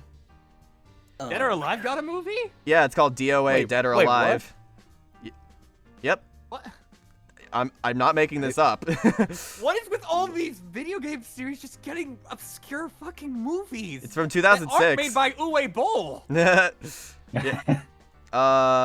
Yeah, it was directed. This one was directed by Corey Ewan. But yeah, no. Paul W.S. Anderson also did Monster Hunter. So why you Bull? What the fuck? I don't know. Just like, I'm glad that they showed restraint and aren't casting Mila Jovovich again for the millionth time in this movie. But yeah, that's kind of like it was just more so it's something that likes to say House of the Dead is still very relevant. Yeah. Yeah. Which is still surprising. Which shouldn't me. deter. Like, how the fuck? Yeah. So there you go. Anything else we want to say this before we move on to our members matchup? I hope I did good, UX. Feel free to roast us in the comments. We'll be sure to pin it. Yeah. Alrighty. One Give last. you a cookie. Yeah. one last Do it, you matchup won't. for the day. There are going to be big spoilers for this one, so viewer discretion advised. We gotta talk about Yuji versus Denji. Let's go. That's the big one. Oh, So man. Let me finish my beer real quick. Don't worry, you got time. This one was requested by Grumpo89, and they gave us a really big comment, so bear with me. No matter how much time passes, these two are still practically destined to fight each other. And not to mention that right now, it's actually starting to become pretty debatable on both sides. Chainsaw Man's manga is still... Okay, well, he requested this a while ago, so Chainsaw Man's manga is still ongoing, and Yuji has been receiving a ton of buffs and upscales, and JJK Modulo? Yeah, Modeling. Is that a video game? No, that is the sequel short story series that Gige made recently. Fascinating. It's set like I think 60 or 70 years after the events. Basically, aliens show up on Earth. Okay. Yeah. Oh! Okay! Well then. Aliens. Yeah, no, the main character is an alien who learns curse techniques. Well then, as of right Sick. now, the consensus is that Yuji is stronger and Denji is faster, though that depends on which devils you allow Denji to scale to. This matchup has a ton of excellent writing potential, and I'm not talking about the fight, I mean the analyses. We could have a new Shigaraki versus Mahito analysis on our hands, depending on who writes for this one. Going through their backstories, struggles, and growth as characters, both Yuji and Denji were mentioned and briefly talked about in Mahito and Makima's analyses, and with what we got, I have confidence that the writing for both of their segments would go hard, especially if they treat the emotional moments seriously and allow them to land. No one talks about the fight potential, which is kind of sad, because I think it's really strong. First of all, Moro has said he would want to do Yuji versus Denji, so there's hopes there already. Not putting him on a pedestal or anything, just saying. Denji's chainsaw form transformation would go hard. The effects of Yuji's cursed energy and black flashes too. The choreography of both series would allow for stellar hand-to-hand and fight progression too. I've already thought of multiple hype moments. Yuji uses Dismantle to cut off one of Denji's arms, but then he grabs the severed arm and the two of them have a brief sword fight with it. Denji finds out that Yuji's piercing blood is made of blood and drinks it in order to heal his injuries. The two of them have a fist clash, but with a chainsaw blade going through Yuji's fist. Trust me, it's a cool visual. And finally, a moment where they both throw cars at each other. Yes, they've both used cars as projectile weapons in canon. Chalk that one on the connections list. Oh, and I guess the music would be cool too. But come on, in this day and age, that's practically a given. Bless Brandon and Darewolf. Sorry for going like 8 paragraphs there. I know I probably should have just stated the matchup and nothing else, but I needed to emphasize why this matchup is great and should be done with something more than just me saying I like this. Well, I appreciate that, Grumpo. That's by far the most intricate comment. Like, you've practically done our job for us. Like, I think we could just end it there. No, I'm just kidding. I got a lot of props for the specifications. Oh yeah. Yeah, those interactions were very fun ideas. Mm-hmm. Yeah. I like the sword fight with a severed arm. Yeah. That also sounds like that honestly sounds like it's hella Denji coded. That is right out of Chainsaw Man. It's like a sword fight with just a disembodied chainsaw arm or something like that. Yes. So Chainsaw Man's fucking over. It's done with a very interesting ending. The one thing I am concerned about, he mentions in the comment, like, oh, the analysis would go hard. I'm fucking terrified of a Denji analysis, man, because I think they're going to get shit wrong about his character and about Chainsaw Man itself.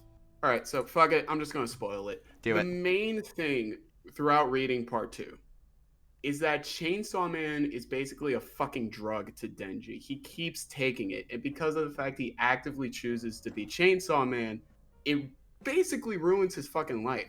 His friends die, Naita dies, and it gets to the point where he's in a perpetual cycle of just constantly fighting, constantly killing, until Pochita, his only fucking friend, realizes, dog, shit, you gotta go back. Like, part 2 can be best described as watching someone play a visual novel and actively picking the wrong choices, leading to the worst ending.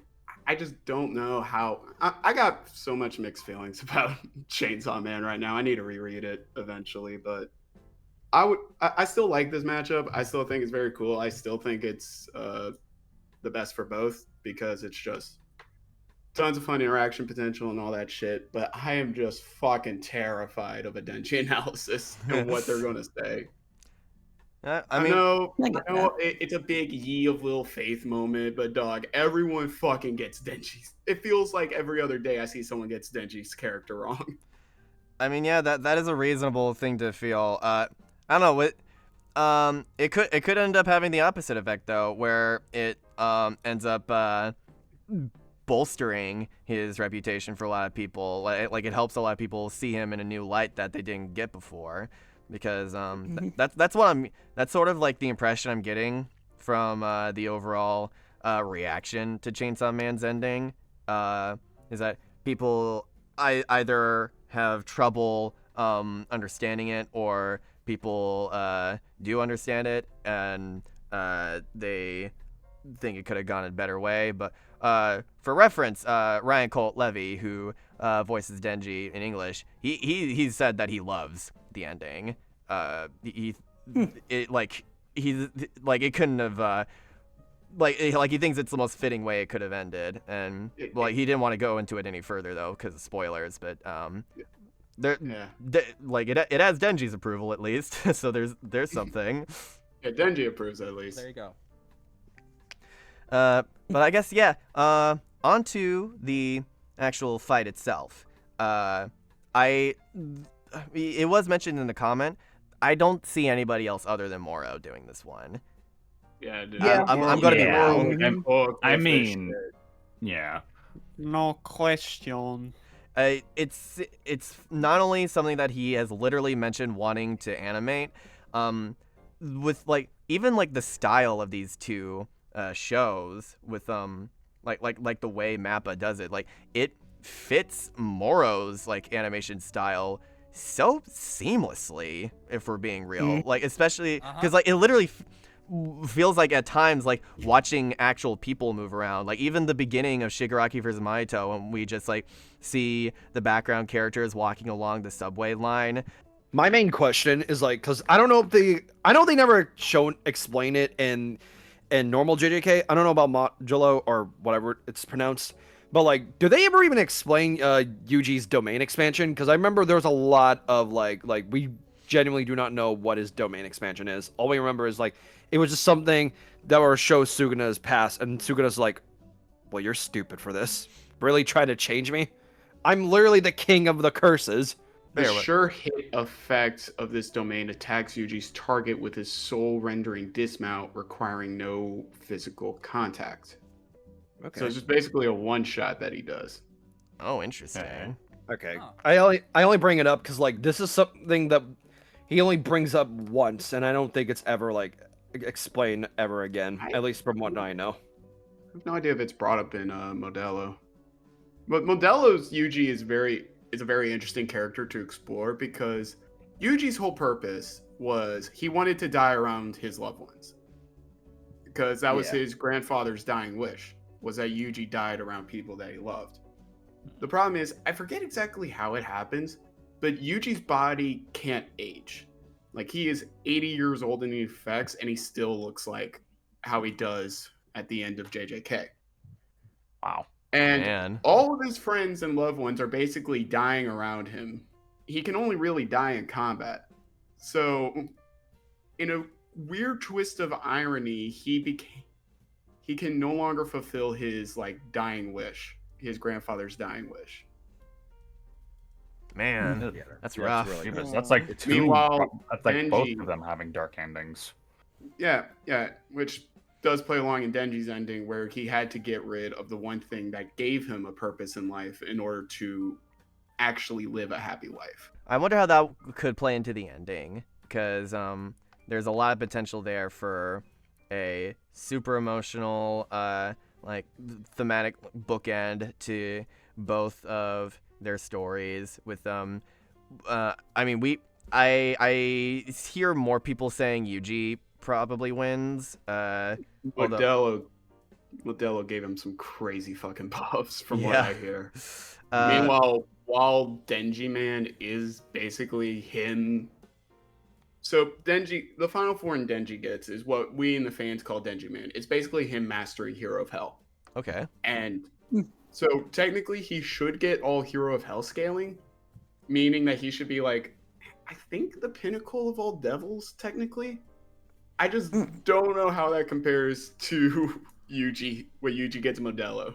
Do you think like Death Battle would like go with like JJK Yuji like after like JJK ended, or do you think they'll just do a more older version of Yuji just so that way it can like, match the same when like what we thought originally would be just two teenagers trying to like make the best of life?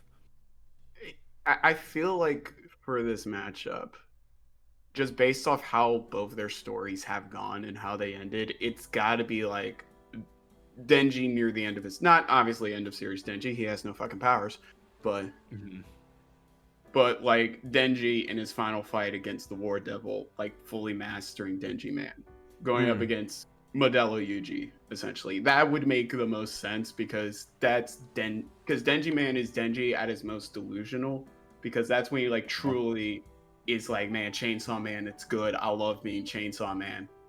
And Modelo Yuji would probably be like, I'm probably getting shit wrong. My apologies. Would like take pity upon Denji. It's like, I need to help you, brother. Which is really funny because if these two met as teenagers, they would probably be best friends. Yeah, definitely. I remember asking, like I brought that the sort of rivalry up between JJK and Chainsaw Man to Ryan Colt Levy at a fan expo, and he was like, I didn't know that was like a rivalry thing, because like I also love JJK. Honestly, I think if those two ever like interacted with each other, they would probably fight at first, realize that they can't kill each other, and then just play video games all day. That really pretty much. Character.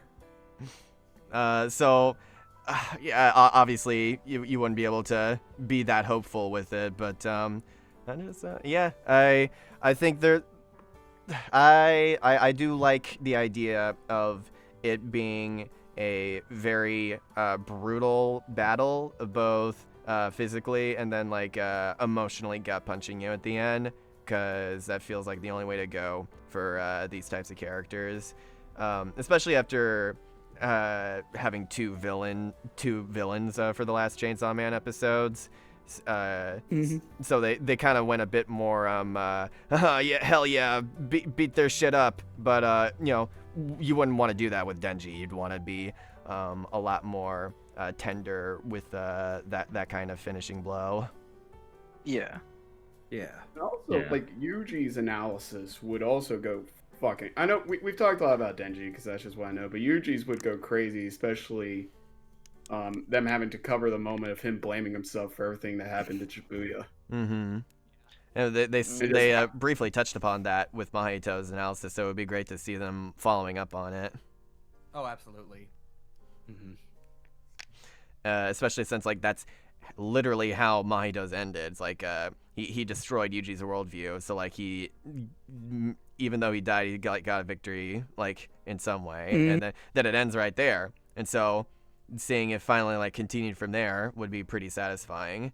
And I guess it all depends on if like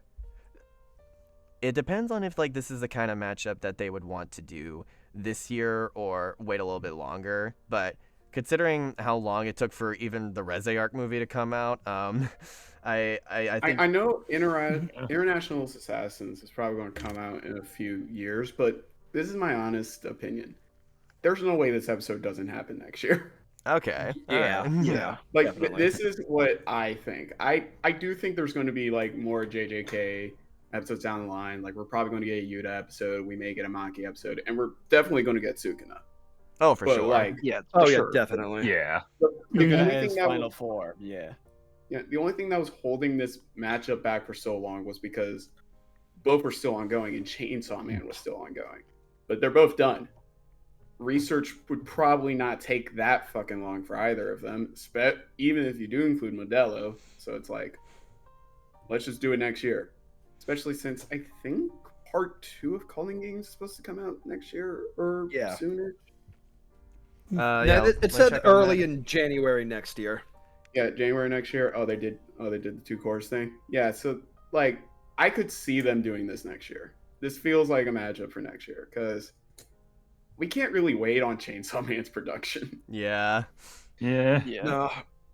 Plus, the manga panel editing would be fire. Mm-hmm. Well, it's not. By all It's not accounts. just that you have to get through part 1. You also have to get through part 2. Right. And Right. who knows how long it'll take to animate part 2. Who knows if they're ever even gonna get to it? I do have a weird idea for a voice actor for Denji, Ooh, let's hear so it. to speak. Okay.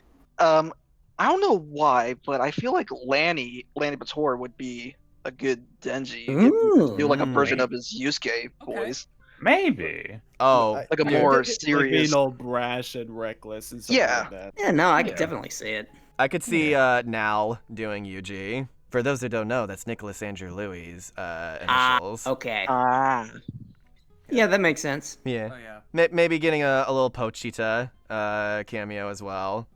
Yeah, we do kind of need Pochita in here. because- Imagine if Pochita is Absolutely. voiced by Elsie Lovelock or something. Yeah. She would. No, do. Pochita for some reason is voiced by Ryan Colevi. What? Why? Just as the Imagine. weirdest fucking casting, just cause. It's like, What do you fucking I would love that. mean? we thought it would be fitting. What can we say?